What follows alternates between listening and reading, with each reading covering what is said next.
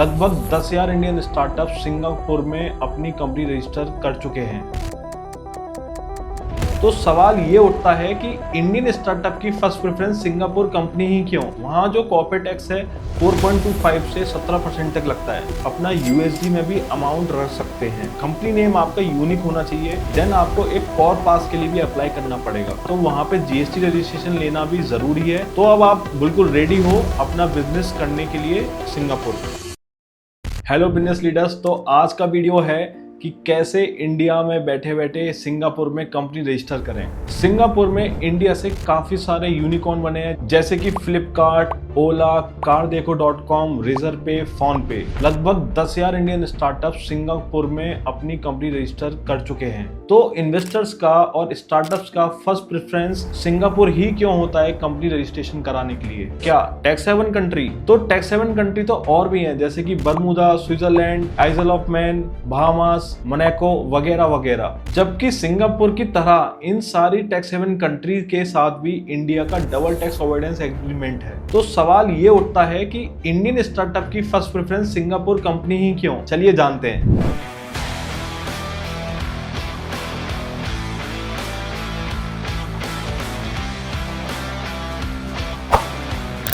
तो सिंगापुर में company incorporate करने के कई सारे फायदे हैं। सबसे पहला, लो कॉर्पोरेट टैक्स। वहां जो कॉर्पोरेट टैक्स है 4.25 से 17% तक लगता है। तो आप सोच रहे होंगे 4.25% कैसे?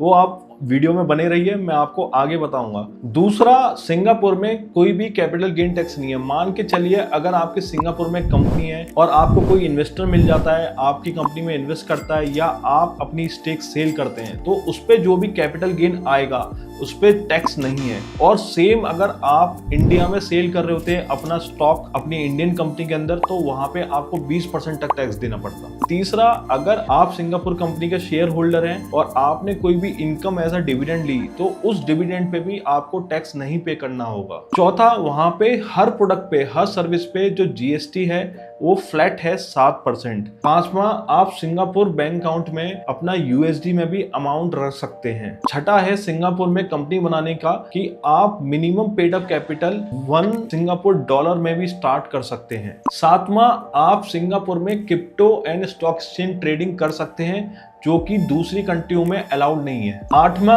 सिंगापुर दुनिया की सेकंड रैंक में आता है ईज ऑफ डूइंग बिजनेस में। और आखिरी, वहां पर सिंगापुर में लीस्ट करप्शन है, तो आप बहुत इजीली बिजनेस कर सकते हैं सिंगापुर में। तो ये कुछ फायदे थे जो एक इंडियन स्टार्टअप को या इन्वेस्टर को अट्रैक्ट करता है कि सिंगापुर में ही कंपनी बनाए, वहीं से इन्वेस्टर इन्वेस्टमेंट करे। और स्टार्टअप भी चाहता है कि मेरे पास भी इन्वेस्टमेंट उसी के थ्रू आए, तो मेरा टैक्स कम से कम लगे। तो चलिए अब जानते हैं कि सिंगापुर में कंपनी इनकॉर्पोरेट करने के लिए क्या प्रोसेस है। तो पहला है कि आपको सिलेक्ट करना पड़ेगा अपना unique company name. Company name आपका यूनिक होना चाहिए, वो रिजेंबल नहीं करना चाहिए, सिमिलर नहीं होना चाहिए दूसरी एग्जिस्टिंग कंपनी के साथ। दूसरा स्टेप है कि आपको अपनी एप्लीकेशन फॉर्म फाइल करनी पड़ेगी ACRA के अंदर, जो कि सिमिलर है इंडिया में MCA की तरह। जब आप company incorporation application form file कर देंगे तो आपको सर्टिफिकेट ऑफ इनकॉर्पोरेशन मिलेगा और उसके साथ UEN मिलेगा। UEN मतलब यूनिक आइडेंटिटी नंबर। तो ये एक एंटिटी नंबर होता है जिसके बेसिस पे आप सारी आगे फ्यूचर में फाइलिंग करेंगे और उसके बेसिस पे आप आगे अपने बिजनेस लाइसेंस लेंगे या बैंक अकाउंट ओपन कराएंगे। अगला, जब आपके पास सर्टिफिकेट ऑफ इनकॉर्पोरेशन आ गया है, UEN आ गया है, उसके बाद आपको कॉर्प पास के लिए अप्लाई करना है। कॉर्प पास भी एक कॉर्पोरेट डिजिटल एंटिटी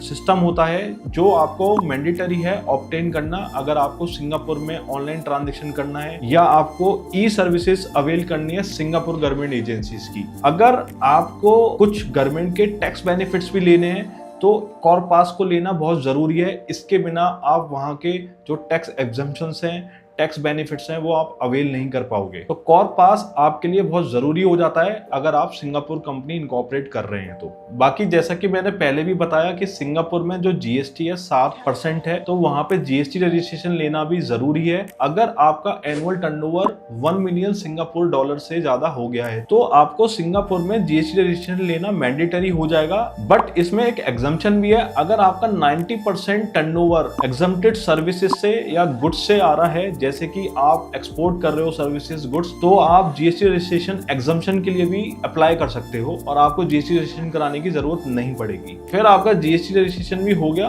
अब आपके सारे रजिस्ट्रेशन, इनकॉर्पोरेशन, यूएन, कॉर्पास आ गया है, तो अब आखिरी काम बचता है सिंगापुर में बैंक अकाउंट ओपन करना। अब आप इंडिया में बैठे बैठे सिंगापुर में बैंक अकाउंट ओपन करा सकते हो, उसमें पेमेंट कलेक्ट कर सकते हो, वहां से पेमेंट भी कर सकते हो पेयोनीर के थ्रू। पेयोनीर में कैसे साइन अप करना है, कैसे आपको बैंक अकाउंट ओपन कराना है, उसका मैंने लिंक डिस्क्रिप्शन में दे दिया है, आप उसको देख सकते हो। अब आपका बैंक अकाउंट भी ओपन हो गया, तो अब आप बिल्कुल रेडी हो अपना बिजनेस करने के लिए सिंगापुर में। अब बात करते हैं कि क्या क्या डॉक्यूमेंट और इन्फॉर्मेशन रिक्वायर्ड है अगर आपको सिंगापुर में कंपनी बनानी है। तो सबसे पहला है, जो भी शेयर होल्डर बनना चाहते हैं सिंगापुर कंपनी में, उनका पासपोर्ट कॉपी चाहिए, उनका प्रूफ ऑफ रेसिडेंस चाहिए, और आपको दूसरा, जो भी आपके डायरेक्टर बनेंगे सिंगापुर कंपनी में, उनका प्रूफ ऑफ रेसिडेंस चाहिए। अगर ये सिंगापुर कंपनी सब्सिडी बन रही है किसी फॉरेन कंपनी की, तो उस फॉरेन कंपनी की भी पूरी कंपनी डिटेल्स चाहिए। चौथा, आपको नॉमिनी डायरेक्टर चाहिए जो कि सिंगापुर सिटीजन होना मैंडेटरी है।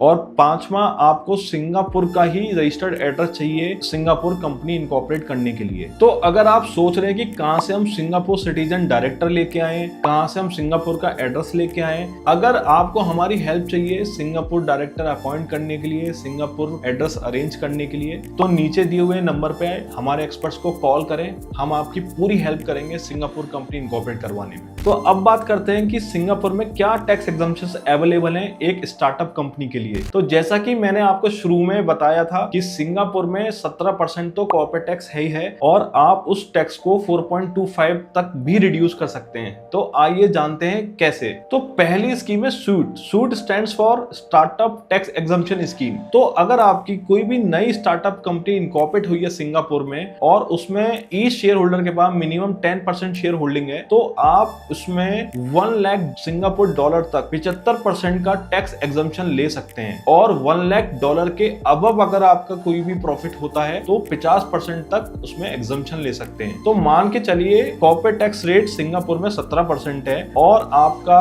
जो प्रॉफिट है 1 लाख डॉलर के अंदर ही अंदर आता है, तो 17% का 75% हो गया 4.25%। तो देयरफॉर आपको 1 लाख डॉलर तक केवल 4.25% टैक्स ही देना पड़ेगा, जो कि आप इंडिया में 26% से लेकर 30% तक आप टैक्स देते। तो ये तो हो गया suit scheme. But suit scheme दो इंडस्ट्री के लिए अवेलेबल नहीं है, एक तो रियल एस्टेट और दूसरा इन्वेस्टमेंट कंपनी। तो अगर आपका इसके अलावा और कोई भी बिजनेस एक्टिविटी है तो आप सूट स्कीम के अंदर एलिजिबल हैं और इसका आप फायदा उठा सकते हैं, और सिर्फ 4.25% टैक्स आपको पे करना होगा अपने प्रॉफिट पर। तो दूसरी स्कीम है PTE. PTE stands for partial tax exemption. अगर आपकी सिंगापुर कंपनी है और आपके शुरू के 3 साल में आपने सूट स्कीम के अंदर एलिजिबल नहीं होते हैं, तो आप पीटीई को अवेल कर सकते हैं। पीटी में आपका 10,000 इनकम पर आपका 75% टैक्स एग्जम्पशन है, और उसके अबव 1,90,000 इनकम तक आपको 50% एग्जम्पशन मिल जाएगा कॉर्पोरेट टैक्स रेट के अंदर। तो लगभग पीटी में भी वही सेम कंडीशन है एलिजिबिलिटी की जो हमने सूट स्कीम के अंदर डिस्कस की थी। तो आप पीटी का भी बेनिफिट ले सकते हैं अगर आपने सूट को अवेल नहीं किया है फॉर फर्स्ट 3 इयर्स।